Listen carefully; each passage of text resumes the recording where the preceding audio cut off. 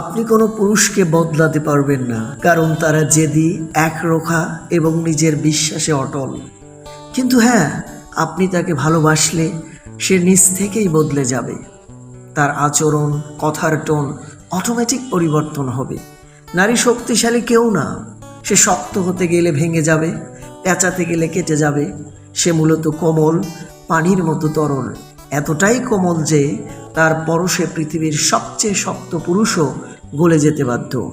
কখনো সংসারে অমিল দেখা দিলে একবার নিজেকে যাচাই করুন, দেখুন আপনার আচরণ নারী সুলভ আছে কিনা। তালাক হয়ে যাবে, সবাই উপস্থিত, সালিশ চলছে, তখনও কোনো স্ত্রী নারী হয়ে উঠলে কোমল স্বরে একবার পুরুষকে চাইলে স্বামীর পাহাড় সম রাগ নিমেষেই বরফ শীতল হয়ে যাবে। এটাই দাম্পত্যের রসায়ন।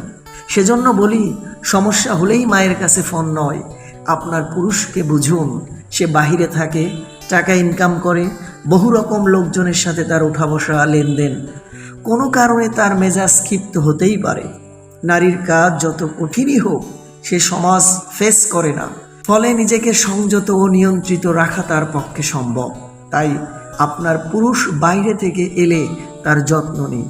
চেহারা ফ্যাকাশে দেখলে তখনই কি হয়েছে জিজ্ঞেস না করে তাকে পানি দিন, বলুন একটু গোসল করে আসেন, খাবার দেই।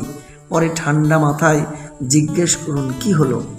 পুরুষ কখনো জেতে কখনো ঠকে, তার জেতাটা যেমন এনজয় করেন, ঠকাটাও মেনে নিন। সে কোথাও লস করেছে মানেই তাকে বকাঝকা করবেন না। হেরে যাওয়ার অনুভব তারও আছে, বরং সাপোর্ট দিন, সহজ করুন, সময় বুঝে পরামর্শ দিন। সুতরাং নারী, আপনি বরং নারীই হন।